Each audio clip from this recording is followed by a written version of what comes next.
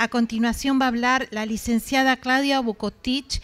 La licenciada es presidente del Comité de Bioética y vicepresidente del Comité de Ética en Investigación del Hospital General de Agudos Enrique Tornú y es miembro del Comité Central de Ética en Investigación del Ministerio de Salud del Gobierno de la Ciudad de Buenos Aires. Buenos días a todos, muchas gracias por la invitación y felicitaciones por el ciclo de estos seminarios. Bueno, les voy a contar un poco la experiencia y un poco las reflexiones sobre estas cuestiones de ética en investigación que fuimos atravesando durante la pandemia. Primero, contarles que durante el trabajo que hicimos para empezar a hacer un proyecto de investigación sobre ética de la investigación y una plataforma que hemos implementado a fines del 2019 en el Gobierno de la Ciudad de Buenos Aires, empezamos a pensar en una idea de la ética de la investigación como un ecosistema en sí. Y este ecosistema tiene las características de muchos otros, pero fundamentalmente tiene las mismas circunstancias de espacio para todos sus componentes, tiene el tiempo y la relación en la que funcionan. Adelante. Entonces, vemos que todos estos componentes tienen una interdependencia. Cualquiera de estos componentes que se vea afectado, afecta a los otros componentes, como funciona con otros ecosistemas. Adelante. Entonces, podemos decir, adelante, que cuando empezó la pandemia, con esta idea de ecosistema, nos tuvimos que poner a pensar cómo pensar lo que iba a venir sin saber lo que era, para poder mantener el funcionamiento de las investigaciones, apoyar a los investigadores, apoyar a los grupos de financiamiento, privados y públicos, apoyar a los comités de ética, apoyar a todos esos factores que están afectados en este ecosistema sin perder el equilibrio. Adelante. Entonces, en lo que me tocó participar, que es desde el Comité Central y desde un Comité de Ética en Investigación, en redes con otros comités, una de las cosas que hicimos para empezar, en mayo, cuando surgió todo esto, dijimos cómo seguimos y cómo están los comités de ética en investigación en este momento. Entonces pensamos en un estudio exploratorio que primero lo pensamos para el gobierno de la ciudad porque teníamos los contactos, después un poco teníamos los contactos en Argentina y bueno, y si ampliamos un poquito más y vamos a ver qué pasa en Latinoamérica. Así que bueno, hicimos este estudio exploratorio con datos interesantes que nos daban la pauta de que no estábamos tan alejados. Nuestra preocupación no estaba tan alejada de lo que sentían otros comités que tenían que trabajar en el área en ese momento. La anterior. Trabajamos sobre las normativas, se hicieron normativas específicas que ahora las vamos a ver para favorecer la investigación en COVID, la investigación en la emergencia y también salieron una serie de recomendaciones que no se alejaban de los lineamientos internacionales, pero sí que nos daban una mirada más para adentro de lo que nos pasaba a nosotros en la ciudad de Buenos Aires, en nuestros centros de investigación. Digo esto porque a veces vienen cosas que nosotros acá no podemos aplicar. Vieron que se recomendaba en un momento utilizar este sistema MEURI y que nosotros acá fue tremendamente discutido y nosotros, muchos comités, no hubiésemos aceptado aprobar los protocolos o ver los protocolos porque los comités no los aprobaban de esta manera. También, bueno, para nosotros fue una gran sorpresa que habíamos lanzado PRISA a fines del 2019 y, bueno, fue muy oportuno porque los comités podían dejar de recibir todo en papel y tener todo subido en la plataforma. Hemos hecho otro análisis, otro estudio en donde se le preguntaba a los usuarios de PRISA qué les parecía y la verdad que con gran sorpresa, a pesar de que estábamos en una etapa de formación para el uso de la plataforma, habían buenas perspectivas de lo que iba a ser la plataforma a largo plazo. Eso fue muy oportuno para el trabajo del área de investigación, de la ética sobre todo, ¿no? Porque nos pasaba que muchas veces nosotros íbamos a ver qué pasaba en los comités y faltaban documentos o todo no estaba en el archivo, era como muy difícil. Ahora tenemos todo en un solo lugar y los investigadores completan su ficha una sola vez. No tienen que presentar al comité infinitas veces sus documentos. Los tienen ahí, los suben una vez, los actualizan si tienen que actualizar la matrícula o algún curso, pero realmente fue oportuno esto y fue una sorpresa para nosotros haber lanzado eso en ese momento, ¿no? Y también tengo que decir que, bueno, esto de los nuevos procedimientos para nosotros como Comité Central y nuevos procedimientos para nosotros como miembros del comité, ¿no? Digo, en este estudio ahora les voy a mostrar que hicimos, solo un 7% de los comités que respondieron tenían procedimientos para las emergencias. Y después un 52% hizo procedimientos para COVID. Sin embargo, en la actualidad la mayoría de los comités están transformando esos procedimientos de COVID para posibles brotes de enfermedades o emergencias sanitarias a futuro.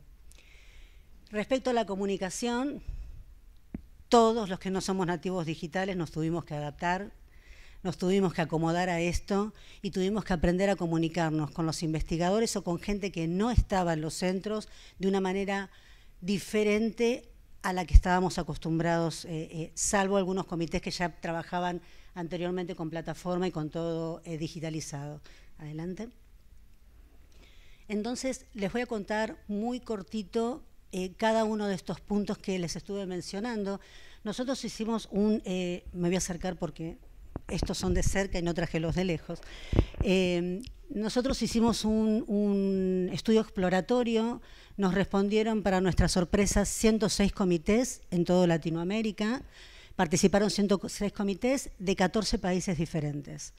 La verdad que, bueno, el 24% respondió que había una red de comunicación eficiente entre comités. Nosotros sabemos que acá hay red de comités de manera informal, pero la verdad que esto es un desafío, que estas redes, y la verdad que gente que estamos en la ética, los invito a que fortalezcan estas redes, porque nosotros vimos que en el Comité Central, a pesar de que son procedimientos y son cuestiones formales, el llamar a debatir y a discutir cosas en común ayuda mucho, acorta los tiempos y alivia la tensión de tener que salir rápido de respuesta.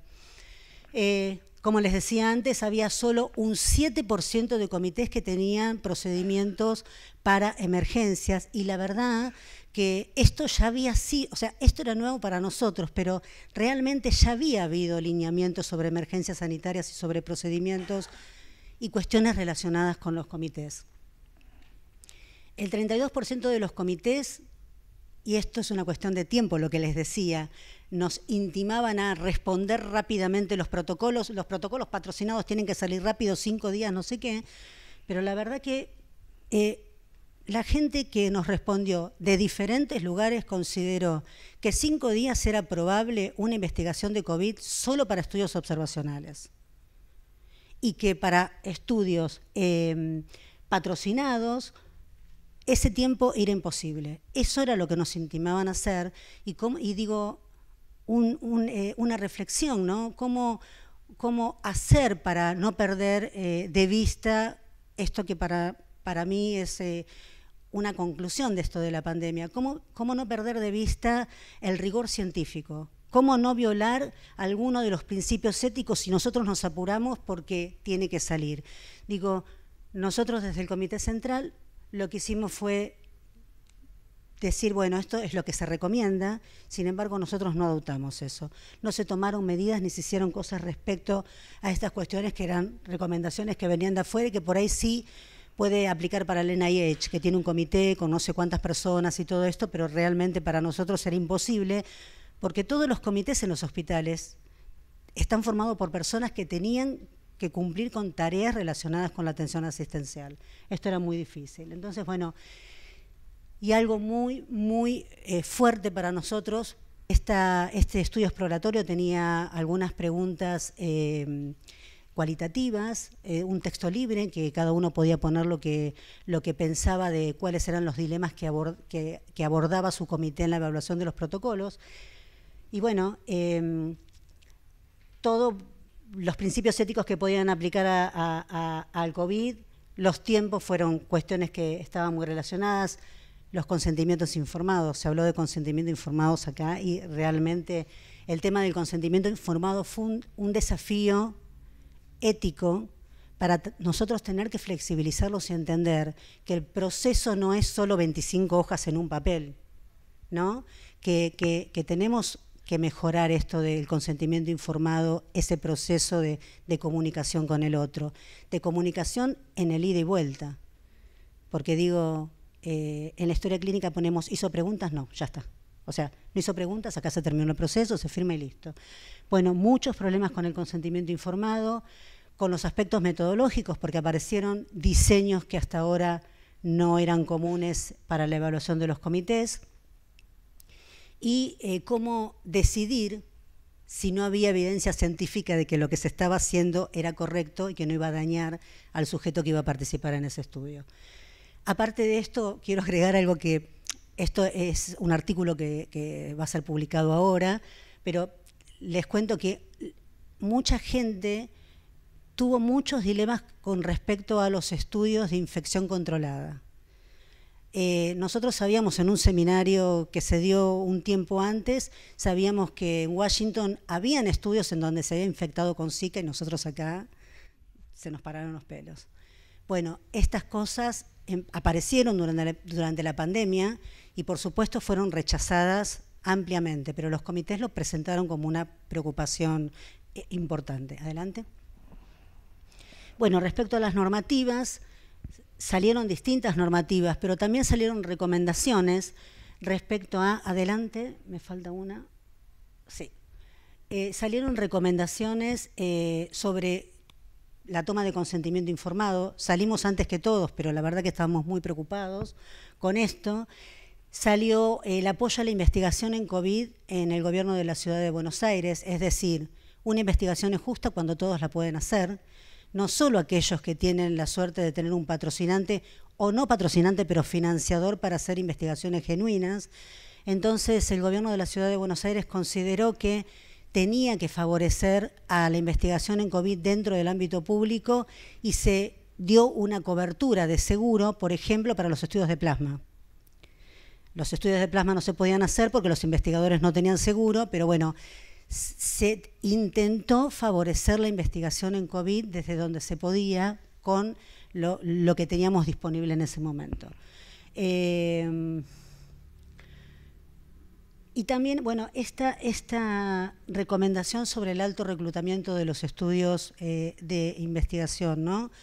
Estábamos acostumbrados a que, bueno, un estudio de investigación como máximo puede juntar 10, si es en vacunas 100 en los hospitales, afuera 800, 1000, 1500, me tocó ver un estudio de 5000 pacientes, entonces en lo privado, digo, bueno, entonces una señal para los comités para saber qué hacer cuando hay un alto reclutamiento y cómo hacer el seguimiento de esos estudios a los que no estábamos acostumbrados a tener que seguir con monitoreos y todas las cuestiones, teniendo en cuenta que no podíamos hacerlo de manera presencial, es decir, el comité va a hacer el monitoreo, el comité central hace las supervisiones, pero nosotros no podíamos ir a los lugares de investigación. ¿Quién podía hacer un monitoreo o una terapia?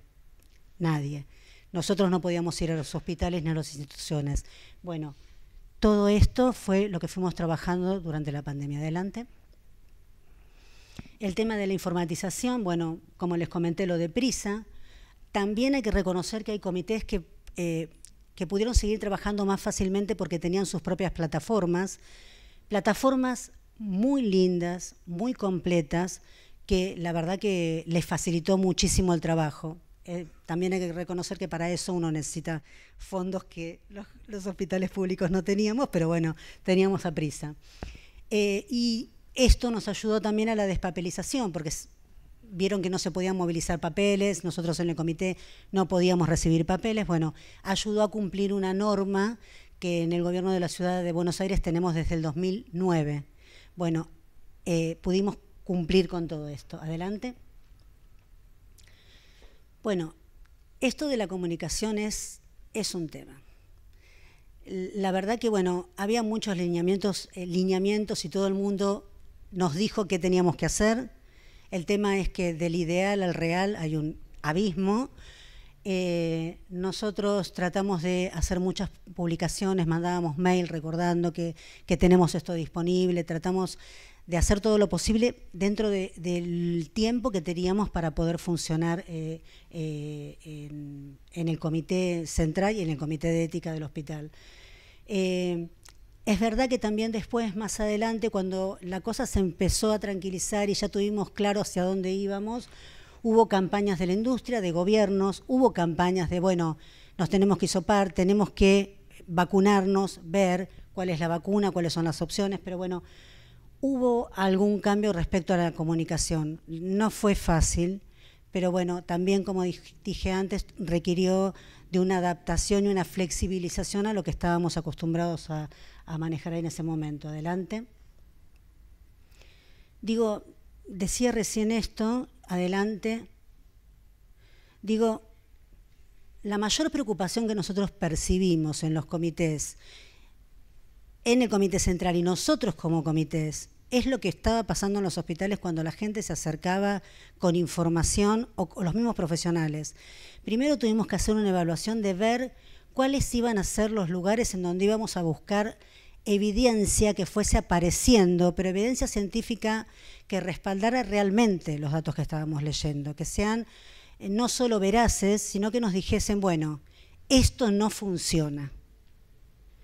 Esto no hay que repetirlo porque no funcionó. Nos sigamos apostando a esto.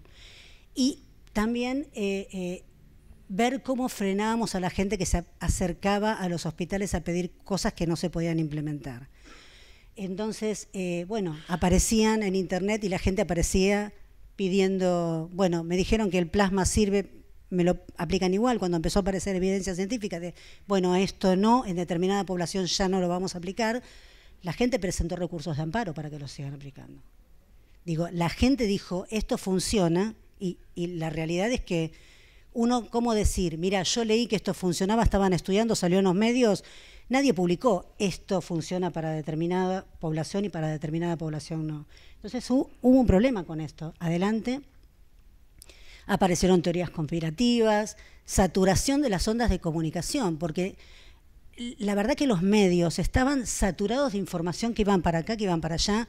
Nadie sabía bien, salvo los investigadores, los profesionales, los comités, que empezaban a buscar lugares que realmente respaldaran información de valor. Adelante. 5. Bueno, aparecieron dañinos consejos para la salud, porque ¿qué pasaba? Por ejemplo, tuvimos una presentación de gente que quiso una fórmula casi mágica, que bueno, que se la aplicaran, y el equipo dijo, nosotros no vamos a aplicar algo que no está aprobado. No sabemos, o sea, sabemos que no se utiliza. Bueno, estudios que se trataron de hacer con drogas que eran perjudiciales para los seres humanos. Bueno, todo esto fue apareciendo, los elixires fraudulentos. Digamos, esta fue la función que tuvo el Comité de Ética en Investigación para enfrentar todo esto. Digo, el ecosistema fue pensado desde antes. Todos los actores estaban formados desde antes. Los comités estaban formados, los investigadores estaban formados, estaban los patrocinantes. Es decir, no partimos de cero. No pensamos, bueno, todo fue un desastre. No fue un desastre, porque nosotros teníamos gente que estaba formada y de hecho todas las cosas que se hicieron y los resultados positivos que se obtuvieron fue por el trabajo de esta gente que estaba formada previamente a la pandemia. Adelante. Entonces, creo que, adelante, los desafíos para la investigación en los comités fueron estos que menciono acá. Sobre todo la complejidad de los protocolos que aparecían, ¿no? Los reclutamos a todos, sujetos sanos, no importa, población vulnerable, lo que sea, las edades, no sé. Era como que nosotros no estábamos acostumbrados a esta cuestión vertiginosa para la evaluación de los protocolos. Adelante. Esto con respecto a los comités, con respecto a los investigadores. ustedes saben que para los comités fue muy difícil aprobar investigadores nobles que nunca habían hecho un ensayo clínico. Saben que un investigador tiene que participar de varias investigaciones como coinvestigador para poder recién ser investigador principal. Fue muy difícil decir, bueno, no tiene experiencia, pero lo aprobamos igual. Y bueno, y a ver entonces qué podemos hacer para encontrar alguna salida para poder aprobarlo. Bueno, que en el equipo esté otro que tenga mayor experiencia. Bueno, todo esto fue algo que hubo que hacer, pero que fue difícil. Adelante. Esto con respecto a este otro factor que son los pacientes, ¿no? No se dan una idea la cantidad de reclamos que hubo y que hay en la actualidad de gente que se dio vacunas y que no se vacunó porque quiere recibir la vacuna del estudio. Hoy hay gente que no está vacunada porque espera recibir la vacuna del protocolo en el que participó. Esto que hablaban antes del acceso a la droga de estudio o a la vacuna. Hay reclamos, hay denuncias radicadas afuera y acá. Digo, esto pasó, bueno, la población, toda la población, mal o bien, de alguna manera, escuchó la palabra investigación. Digo, no vas a ver cómo tiene que estar conformado un consentimiento informado quizás, pero es algo que cambió la pandemia, que éticamente a la gente de alguna manera empoderó. Adelante. Adelante. Hubo participación más activa de las universidades y de las ONG. Muchas organizaciones financiaron, por eso hago una diferencia entre los patrocinantes y los financiadores. Muchas organizaciones no gubernamentales, me quiero apurar, financiaron investigaciones importantes que no siempre tenían que ver con una droga. Venían a dar respuesta por cuestiones sociales de población vulnerable que estaba atravesando la pandemia en ese momento. Digo, en este ecosistema, pensándonos todos como parte del ecosistema, la verdad es que yo no pensé que iba a hacer investigación. Durante la pandemia empecé a hacer investigación en población vulnerable, también en cuestiones sociales que no tenían que ver con una droga. Sin embargo, eran investigaciones que ayudaron a una población vulnerable a conseguir algunas cuestiones que necesitaban para poder sobrevivir a la pandemia. Pero entonces, digo, la pandemia en algún punto, lo conversábamos recién, nos ha fortalecido a todos, ha fortalecido a la investigación, muchos aspectos de la investigación. Por supuesto que estos aspectos de la investigación tienen que ver con lo ético, pero más allá de que hayan cosas que queden pendientes, creo que en este momento el desafío principal es que sigamos trabajando todos en este ecosistema de manera solidaria, sin perder el rigor científico, esa observación del rigor científico, respetando a los otros que somos nosotros dentro de este ecosistema y manteniendo todos estos principios, respetando todos estos principios éticos que rigen a la investigación en seres humanos y que es lo que nos reúne hoy acá. Gracias.